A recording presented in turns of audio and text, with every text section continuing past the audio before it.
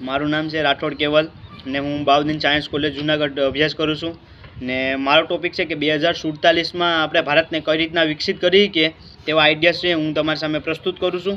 તો તેમાં મારો ટોપિક છે કે યુવાન છે તે દેશનું ભવિષ્ય છે. આપણે બધાને ખબર છે કે ખરેખર યુવાન છે તે દેશનું ભવિષ્ય છે, કારણ કે તેમના હાથમાં દેશને બદલાવાની અને દેશની દિશા નક્કી કરવાની જવાબદારી હોય છે. પરંતુ આજનો યુવાન છે તે વિકૃતિઓ તરફ આગળ વધી રહ્યો છે. એક આપણે પહેલાંના ઋષિમુનિઓ કહેતા હતા ને, સંસ્કૃતમાં એક શ્લોક છે તૈત્તરીય ઉપનિષદમાં કે શેષાનંદસ્ય મીમાંચ ભવતી યુવા સ્યાત સાધુ યુવા ધ્યાયક. એટલે કે યુવાન કેવો હોવો જોઈએ? યુવા સ્યાત સાધુ, એટલે સાધુ એટલે કે ભસ્મ લગાડવાવાળો સાધુ નહીં, પરંતુ યુવાન છે તે સરળ વૃત્તિનો હોવો જોઈએ. યુવા ધ્યાયક એટલે કે યુવાન છે તે અધ્યયનશીલ હોવો જોઈએ. એટલે કે તેમના જીવનમાં તેમને કાંઈક કરવાની, તેમને કાંઈક જીવનમાં હાંસિલ કરવાની પરાકાષ્ઠા હોવી જોઈએ. પરંતુ આજે આપણે જોઈએ તો યુવાનો છે તે ફેશન વ્યસન અને અશ્લીલ એવી ઘણી બધી એવી સામગ્રીઓ હોય છે તેમાં ફસાયેલો જોવા મળે છે. પરંતુ આવા પડકારો છે તે તેમના જીવનમાં બે પડકારો જોવા મળે છે. પહેલું છે વ્યક્તિગત અને બીજું છે સામાજિક. વ્યક્તિગત જીવનમાં યુવાનો વિચારે છે કે મારે શું કરવું અને શું ન કરવું. હું ધોરણ 10 પછી હું કઈ ફિલ્ડમાં જાઉં, આર્ટ્સમાં જાઉં, કોમર્સમાં જાઉં કે સાયન્સમાં જાઉં. હું આ બધું કર્યા પછી હું ડૉક્ટર બનું, શિક્ષક બનું કે એન્જિનિયર બનું, આવા વિચારો. પછી મારે કઈ વ્યસન કરવી, મારે કઈ ફેશન કરવી, મારે કેવો મોબાઈલ વાપરવો, મારે કયા સેલિબ્રિટીને ફોલો કરવા. જો આ બધું કરશે તો યુવાનનો વિકાસ છે તે અટકશે અને દેશનું ભવિષ્ય છે તે જોખમમાં જશે. પણ હવે સામાજિક વિશે જોઈએ તો સામાજિક પરિસ્થિતિ કેવી છે યુવાનની કે તેમને મહેનત કર્યા વગર જ બધું જોઈએ.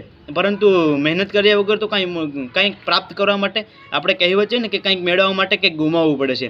આપણે શ્રીમદ ભગવદ્ ગીતામાં કૃષ્ણ ભગવાને કહ્યું છે ને કે કર્મણી વાધિકાર રસ્તે મા ફલેશું કદાચન, કે કર્મ કરવાનો તારો અધિકાર છે, ફળ આપવાનો મારો અધિકાર છે. એવી જ રીતે જીવનમાં પણ યુવાનને છે તે પોતાની મહેનત છે તે ચાલુ રાખવી જોઈએ, પરંતુ ફળની ઈચ્છા ન રાખવી જોઈએ.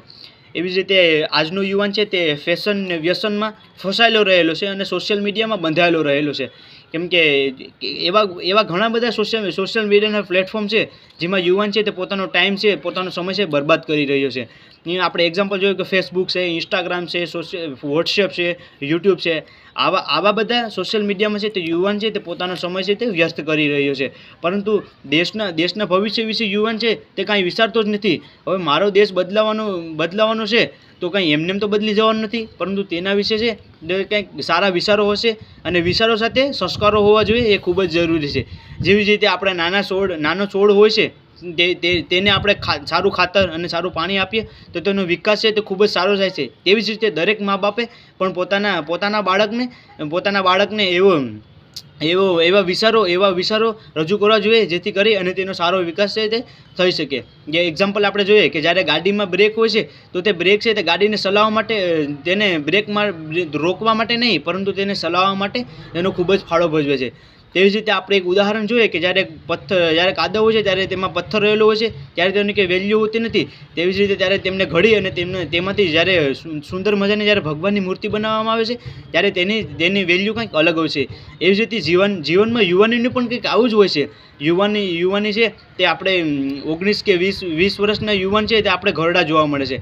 આજે યુવાનીમાં એક વૃત્તિ છે તે તેમના મગજમાં બંધાયેલી રહેલ છે. આજનું યુવાન લાંબા વાળ રાખે, ખબર જ ના પડે કે બાય છે કે ભાઈ. હવે આવા બધા વિચારો છે તે યુવાનના વિચારોને નષ્ટ કરી નાખે છે. હવે આમ તો આપણો ભારત દેશ છે તે વિકસિત થવાનો નથી. વિકસિત થવા માટે આજનું યુવાન છે તો તેમને ખેતી તો કાંઈ કરવી નથી અને બસ રખડવામાં જ વ્યસ્ત રહેવું છે. તો કે કૃષિ આપણા જીવનમાં એક અગત્યનો ભાગ ભજવે છે. કે ખેતી વિશે ખેડૂતોને આપણે જોઈએ તો ખેતીમાં આપણે યુવાનોને જે ખેડૂતોને છે તે પૂરતું વળતર મળતું નથી, જેના કારણે ખેડૂત છે તે પોતાની ગરીબી કરી અને શહેરીકરણમાં જાય છે, જેના કારણે શહેરીકરણ વધે છે અને આપણા દેશનો વિકાસ છે તે ત્યાંથી અટકી શકે છે.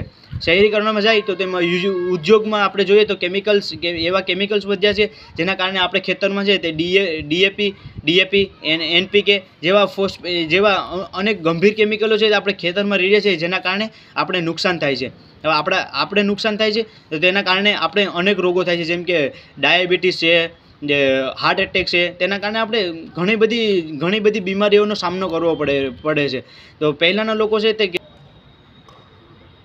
પહેલાંના લોકો છે તે બળદ અને હળ દ્વારા ખેતી કરતા હતા, પરંતુ અત્યારે આપણે આધુનિક ટેકનિકલ યુગના કારણે જોઈએ તો ટ્રેક્ટર છે, એવા રોટાવેટરો છે, એવા મશીન દ્વારા ખેતી કરવામાં આવે છે. હવે પહેલાંના સમયમાં એવું હતું કે સમય ઓછો હતો પરંતુ ફળદ્રુપતા વધારે હોય છે.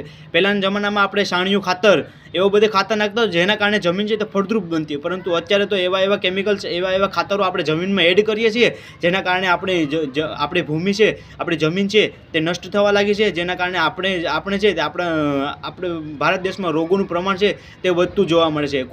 કોવિડ આવ્યો, એવા કોરોના જેવા ગંભીર બીમારી, HMPV હમણાં આવ્યો હતો, હ્યુમન મેટા ન્યુમો વાયરસ, જેના કારણે આવી બધી બીમારીઓ વધતી રહે છે.